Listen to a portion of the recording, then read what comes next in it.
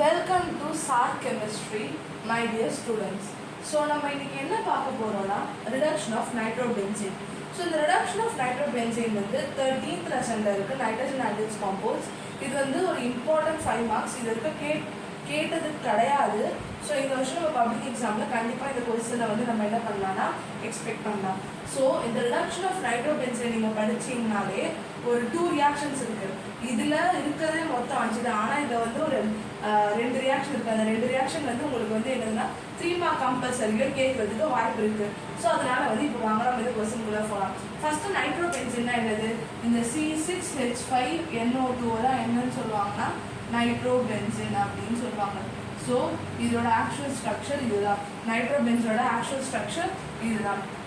அங்கே ஒரு ஹெச்சுக்கு பதிலாக என்ன சப்ஸ்டியூட் ஆகிருக்கோன்னா ஒரு NO2 குரூப் நைட்ரோ குரூப் வந்து சப்ஸ்டியூட் ஆகிருக்கு. அதாவது நம்ம என்னன்னு சொல்கிறோம் நைட்ரோபென்சீன் அப்படின்னு சொல்கிறோம்.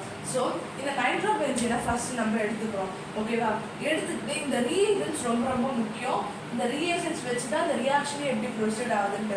நீங்கள் ரியாக்ஷன்ஸ் படிக்கும்போது எப்பயுமே என்ன படிக்கணும்? ஃபஸ்ட்டு ரியாக்டன் படிக்கணும், நெக்ஸ்ட்டு ரீஏஜென்ட் படிக்கணும், நெக்ஸ்ட்டு ப்ராடக்ட் படிக்கணும். நீங்கள் எப்பவுமே படிக்கும்போது ஃபஸ்ட்டு ரியாக்டண்ட்டை பார்த்துட்டு ரீஏஜென்ட்டை ஞாபகம் பண்ணுங்கள். இந்த ரியாக்டன் வந்தால் என்னென்ன ரீஏஜென்ட் யூஸ் பண்ணாங்க அப்படின்னு மைண்டுக்குள்ளேயே கால்குலேட் பண்ணிட்டு நெக்ஸ்ட்டு அதுக்கான ப்ராடக்ட் என்ன வரும் நீங்கள் யோசிச்சு அப்படி தான் படிக்கணும். அப்படி படித்தா தான் கெமிஸ்ட்ரியோட ரியாக்ஷன்ஸ் எல்லாமே நம்மளால் கவர் பண்ண முடியும் மை டியர் ஸ்டூடெண்ட்ஸ். ஸோ அதனால் நான் சொல்கிற மாதிரி பண்ணிங்க ஃபஸ்ட்டு ரியாக்டன்ட் என்னென்னு பார்ப்போங்க. அதுக்கு என்னென்ன ரீஏஜென்ட்ஸ் வரும்னு யோசிங்க. கெமிஸ்ட்ரி ரொம்ப ரொம்ப ஈஸி, நம்ம அதை கரெக்டாக படித்தா. ஓகேவா? ஸோ ஃபஸ்ட் வந்து இங்கே என்ன ரீஏஜென்ட் எடுத்துக்கோன்னா SnHCl எடுத்துருக்கோம். இந்த SnHCl எப்பவுமே 6 ஹைட்ரஜன். இந்த லெசனில் வரும் நைட்ரோபென்சைன் பார்ட்டில் ஃபுல்லாக இந்த SnHCl வரும். இந்த SnHCl வர இடத்துல எல்லாமே 6 ஹைட்ரஜன் வந்து ப்ரொடியூஸ் ஆகும். எப்போவுமே பார்த்துக்கோங்க, ஃபஸ்ட்டு வந்து நம்ம ஒரு நைட்ரோபென்சீனை 6 ஹைட்ரஜனால் ரெடியூஸ் பண்ணால் நம்மளுக்கு அனிலின் கிடைக்கும். அதுவே 4 ஹைட்ரஜனால் ரெடியூஸ் பண்ணால் என்ன கிடைக்கும்? ஃபீனைல் ஹைட்ராக்சில் கிடைக்கும். அதுவே 2 ஹைட்ரஜனால் நம்ம வந்து ரெடியூஸ் பண்ணால் நம்மளுக்கு என்ன கிடைக்கும்? நைட்ரோசோபென்சீன். இந்த ரியாக்ஷன்ஸ் நீங்கள் மோஸ்ட்டாக ஃபெமிலியராக எல்லா இடத்துலையும் பார்த்துருப்பீங்க. ஃபஸ்ட்டு இந்த ரியாக்ஷன்ஸ் வந்து ரிப்பீட் ஆகிற மாதிரி இருக்கும், ரிப்பீட் ஆகிற பேட்டர்னில். ஸோ இந்த ரியாக்ஷன்ஸ்லாம் ரொம்ப இம்பார்ட்டன்ட் பார்த்துக்கோங்க. ஸோ ஃபஸ்ட்டு வந்து SnHCl இருக்கா? இந்த SnHClன்றது ஒரு ரீஏஜென்ட். இதை நல்லா ஞாபகம் வச்சுக்கோங்க. SnHCl வந்து 6 ஹைட்ரஜனை ப்ரொடியூஸ் பண்ணுது. ஓகேவா? எவ்வளோ ஹைட்ரஜனை ப்ரொடியூஸ் பண்ணுது?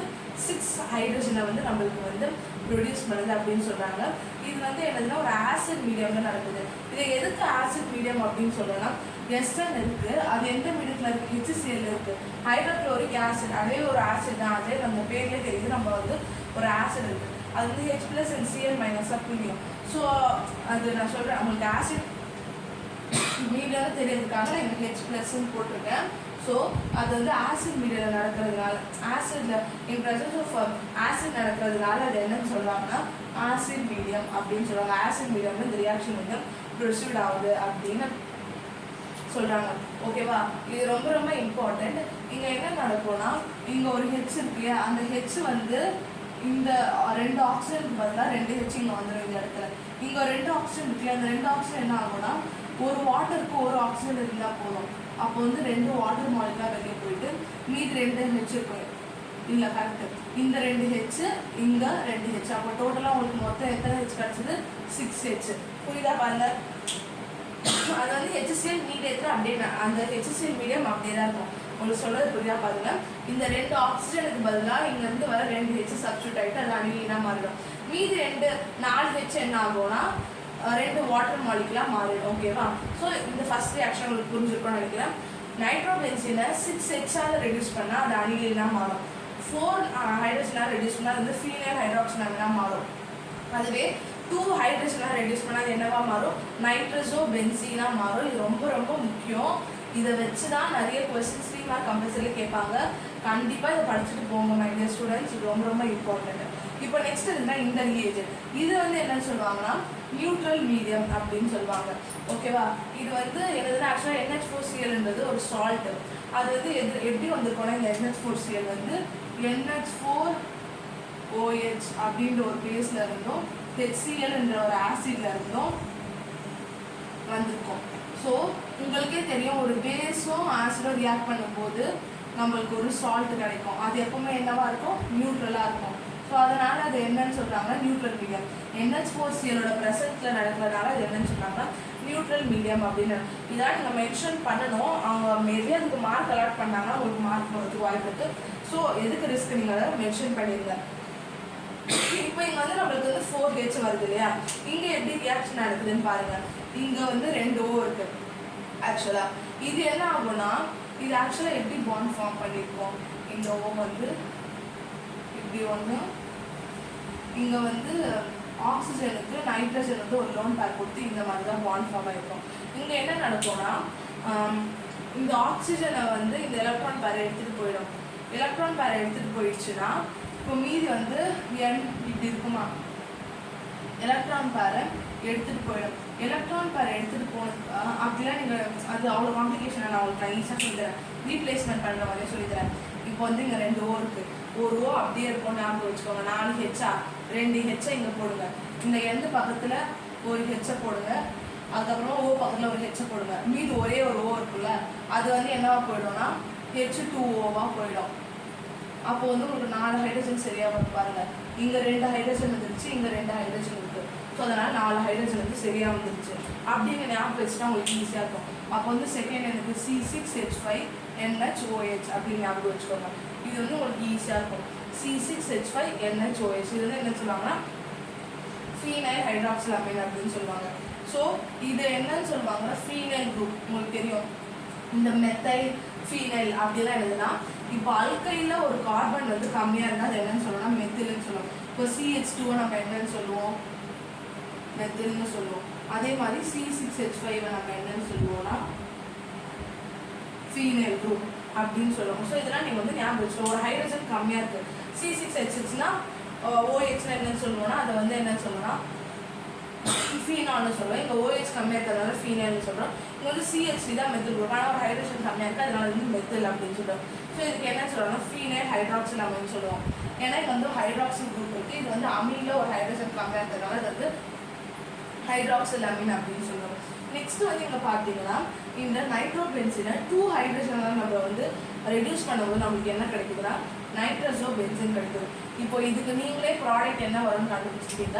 இந்த ஒரே ஒரு ஆக்சிஜன் போயிட்டு நம்மளுக்கு வந்து அந்த 2 ஹைட்ரஜனும் அந்த ஆக்சிஜன் கூட சேர்ந்து என்ன போயிடும்னா வாட்டராக வெளில போயிடும். அப்போ வந்து நம்மளுக்கு இந்த ஒரு ப்ராடக்ட் கிடைக்கும், C6H5NO அப்படின்ற இந்த ப்ராடக்ட். இந்த ஆக்சிஜன் வந்து வாட்டராக வெளியில் போயிடும் அப்படின்னு ஞாபகம் வச்சுக்கோங்க. அப்போ நம்மளுக்கு என்ன கிடைக்கும், நைட்ரஸோபென்சின் கிடைக்கும்.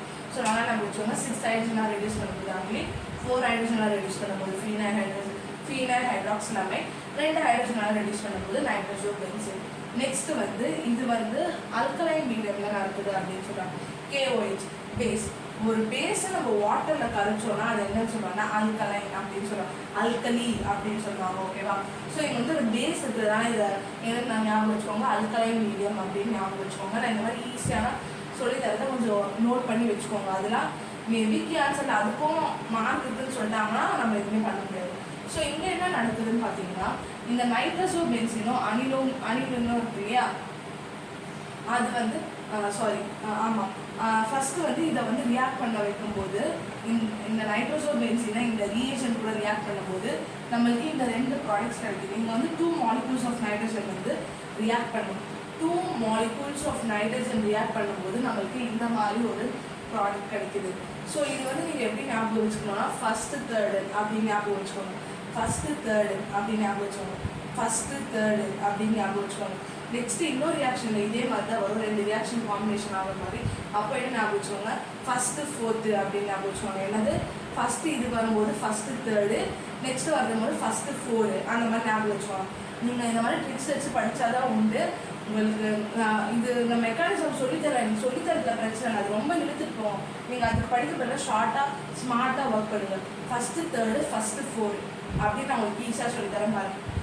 ஃபஸ்ட்டு 4ன்னு கூட ஞாபகம் வச்சுக்கோங்க, 3, 4 நீங்கள் ஞாபகம் வச்சுக்கோங்க. அதே போதும். நீங்கள் வந்து இந்த ப்ராடக்ட் வருவோமா, இந்த third product and first product வருது. இந்த 4th ரியாக்ஷன் என்ன ஆகும்னா இந்த 4th ப்ராடக்ட் மட்டும் வரும். ஸோ அதனால் ஞாபகம் வச்சுக்கோங்க, ஃபஸ்ட்டு தேர்டு அதுக்கப்புறமா 4th அப்படின்னு நீங்கள் வந்து 1, 3, 4 அப்படின்னு நீங்கள் ஞாபகம் வச்சுக்கோங்க. ஓகேவா?